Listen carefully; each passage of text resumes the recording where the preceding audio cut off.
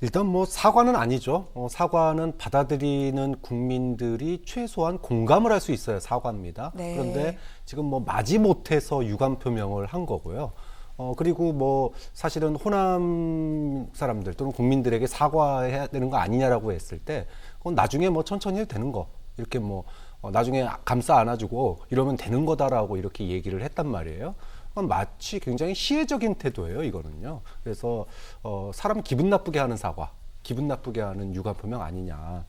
물론 본인은 100번 양보해서 이 발언이 아무리 안 좋은 거에도 따라할 건 있다, 배울 점은 있다. 우리가 뭐 벤치마킹 한다 이러는데, 근데 그 내용도 과연 저는 맞는가라고 하는 생각이 저는 지울 수가 없는 게, 경제는 전문가들에게 맡기겠다, 알아서 하라고.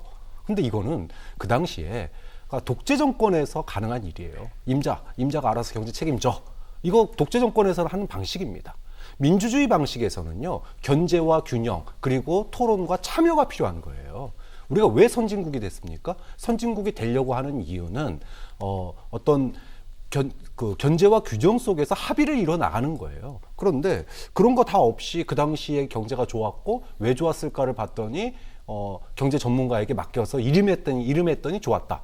너무나 일면적인 면이죠. 그런 점에 있어서 벤치마킹 하겠다라고 하는 그 내용도 사실은 네. 굉장히 이론의 여지가 많은 거다. 좀 그런 점에서 저는 내용도 형식도 그다음에 지금의 어떤 유감 표명조차도 문제의 본질에 전혀 다가가고 있지 못하는 거 아니냐. 그래서 네. 이 문제 해결되려면 시간이 좀 걸릴 것 같네요. 그렇군요. 해결이 과연 될지 여기에 대해서 의심을 갖고 있는 사람들이 많은 것 같습니다. 홍준표 캠프에서도 이런 얘기가 나왔는데 이현주 전 의원, 실언보다 심각한 게 사과를 하지 않는 것이다라고 얘기를 했습니다. 윤석열 전 총장은 계속해서 언론 등등이 자신의 말을 제대로 전하지 않는다.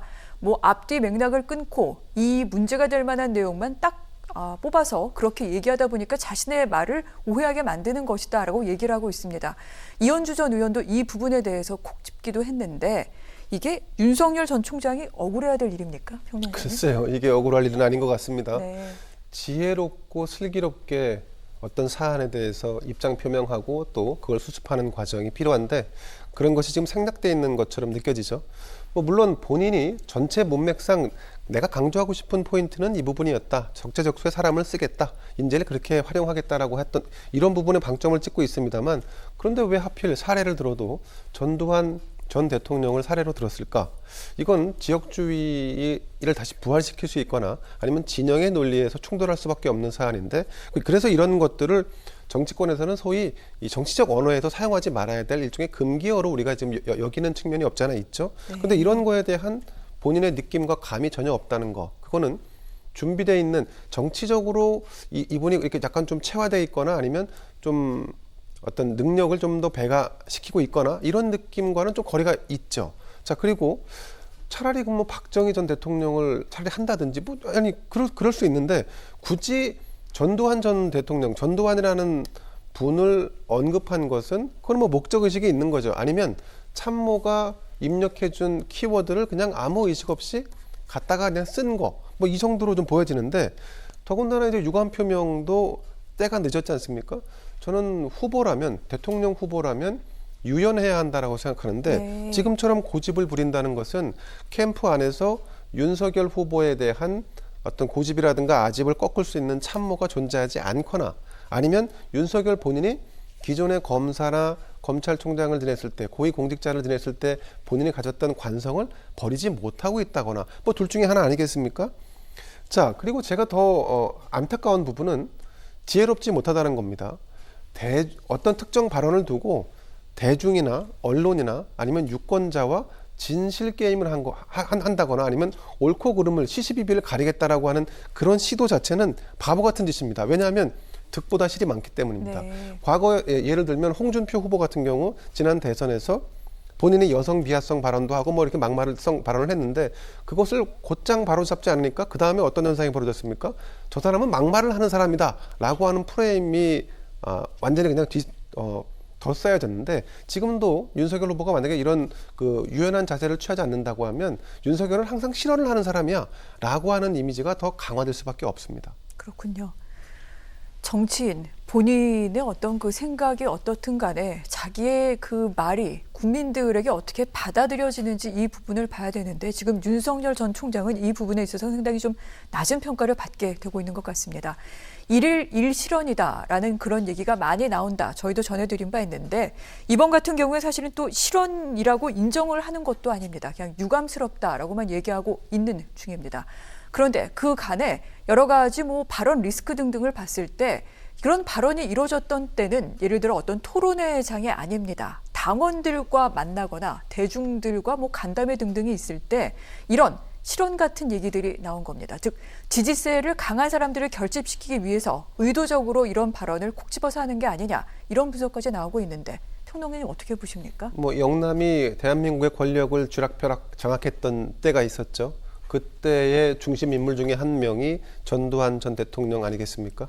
그러니까 그 향수를 자극하겠다라고 하는 의도로 50대 그리고 충성도가 높은 장년 노년층을 상대로 한 당원들을 상대로 한 이런 어떤 발언을 한 것 같은데 그런데 이 발언이 특정 지역이라든가 특정 세대한테 유리할 수 있다라고 하는 이런 측면이 있으면 반대로 특정 지역과 특정 세대에는 불편함과 불만을 줄 수 있다는 것도 동시에 고려를 해야 되는데 윤석열 후보가 안타깝지만 그런 부분에 대한 구분을 잘 못하고 있는 것 같습니다. 자, 그리고 사실 당내에서도 말이죠. 당내의 주요한 분파, 뭐 이를테면 예전으로 말하면 파벌인데 이 지금 국민의힘에도 YS를 중심으로 한 그 계보의 정치인들이 있습니다. 근데 YS는 누구나 다 아시겠습니다만 어쨌든 민주화 운동을 했던 양대 거목 중에 한 명 아니겠습니까? 김대중 전 대통령과 김영삼이라고 하는. 그래서 이분들은 당 내에서도 독재 정치와 싸웠던 우리의 선배들 그리고 자신들의 정치 철학에 대해서 반하는 얘기를 하는 윤석열 후보를 그냥 지켜보고만 있을 수가 없는 거죠. 그러니까 오히려 지금 당내에서도 더 강한 비판과 비토가 나오고 있습니다. 자, 윤석열 후보는 경선만 통과하면 마치 모든 것이 다 만사천리로 이루어질 것처럼 이렇게 생각을 할 수도 있습니다. 왜냐하면 정권 교체로는 높고 내가 당내에서 대선 주자가 되면 네. 결국은 내가 권력을 득할 수 있다라고 생각할 수 있을지 모르지만 하지만 이재명 후보와의 본선 게임은 또 다른 판으로 구성되는데 한번 이렇게 실언을 통해서 잃은 떨어져 나간 표는 다시 웬만하면 돌아오지 않습니다. 그래서 제가 드리고 싶은 말씀은 세상이 나를 알아주거나 나를 이해하지 못한다라고 하소연하지 말고 본인이 유권자와 국민이 어떤 생각을 하고 있는지 더 심려 깊은 성찰을 할 필요가 있지 않나 싶습니다. 네. 지금 평론가님께서 당 내에서까지 지금 비판이 나오는 상황에 대해서도 말씀을 해 주셨는데요. 뭐 윤 전 총장 정치를 할 수 있는 사람이냐까지 그런 비판이 사실 당 내에서까지 제기가 되고 있는 상황입니다. 그런데 궁금한 지점이 있습니다.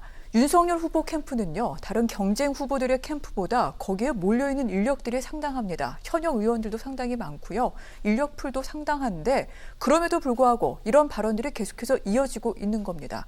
수습이 가능할지 전략은 있는 건지 많은 전문가들이 지금 의구심을 표하고 있는데 교수님께서는 어떻게 보십니까?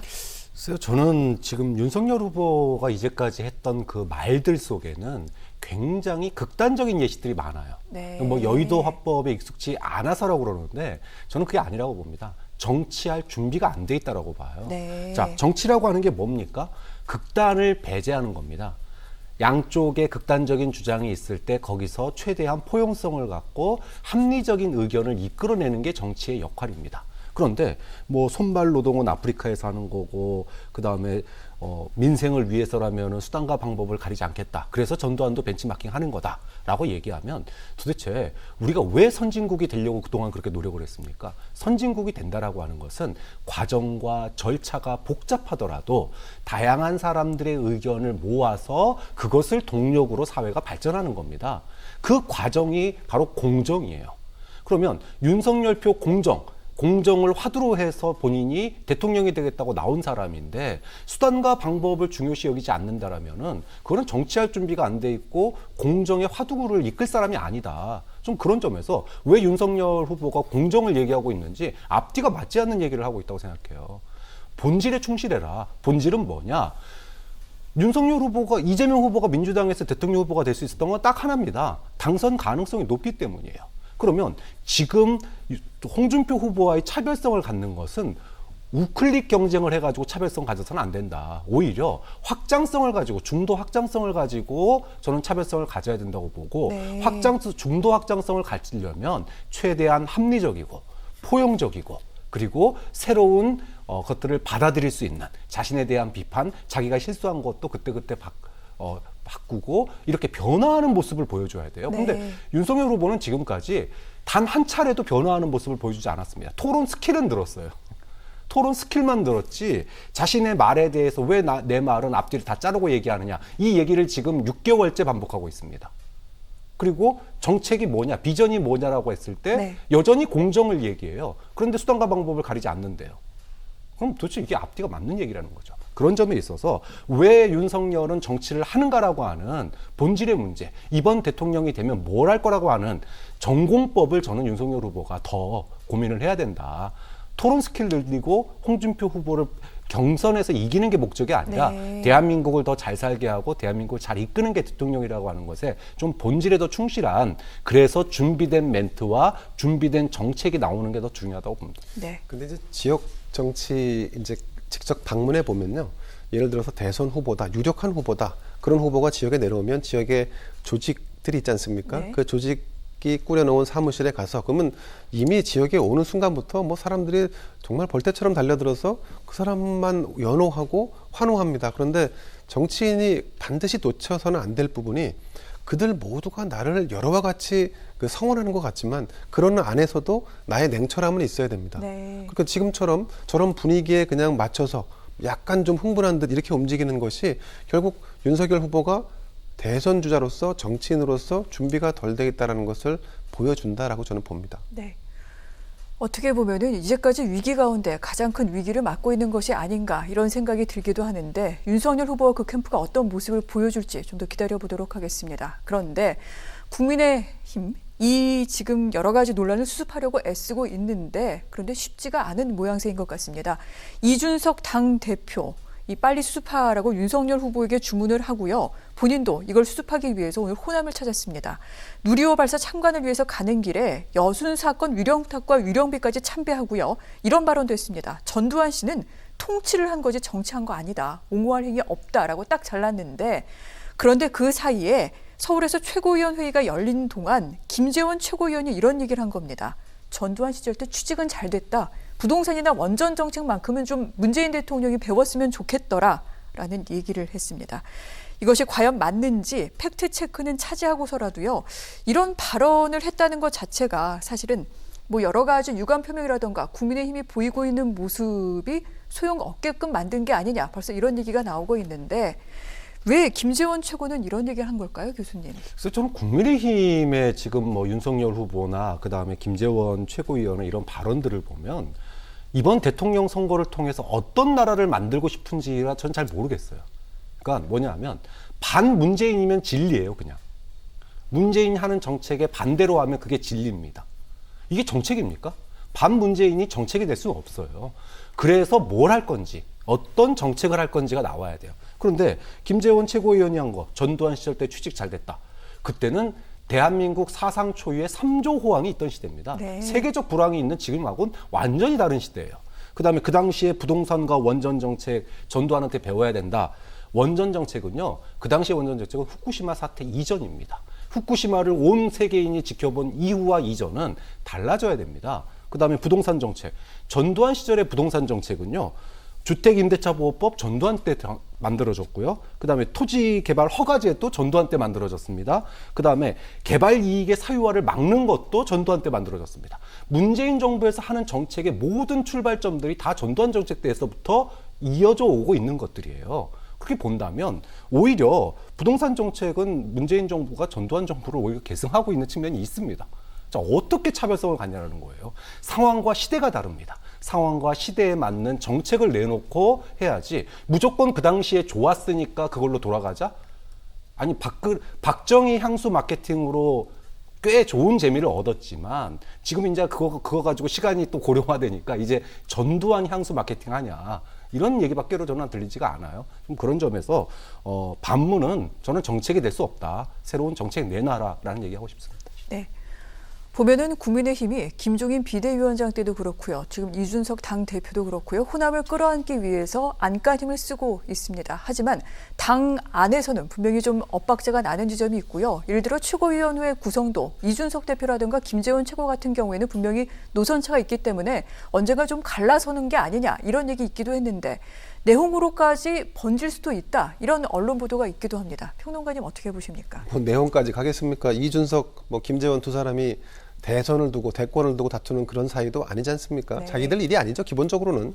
그리고 이 사안은 결과가 분명합니다. 결국은 광주의 민심을 달래고 전두환 전 대통령이 했던 독재를 비판받는 걸로 귀결될 수밖에 없는 사안입니다. 그러니까 이거는 논쟁이나 내용이 확산될 그런 주제가 아니라고 봅니다. 네. 다만 김재원 전 최고위원에 대해서는 한 말씀 드리고 싶은데 국민의힘 일부 인사들 중에 이런 체질을 보이는 사람들이 있습니다. 옳고 그름에 대한 판단을 하기보다 나한테 유리한가? 내가 누군가에게 충성심, 로얄티를 보여줘야 할 타이밍이 왔는가 아닌가? 이런 정치를 하는 그야말로 박쥐 같은 정치를 하는 사람들이 있습니다. 자, 특히 김재원 같은 경우 이분도 국민 다수가 이 부분에 대해서 비토하고 있는 것을 알면서도 이게 논란이 확산되고 있는 걸 알면서도 그 와중에 본인이 전두환 전 대통령에 관련된 발언을 했던 윤석열을 두둔한다는 것은 이분이 지금 현역 국회의원이 아닙니다.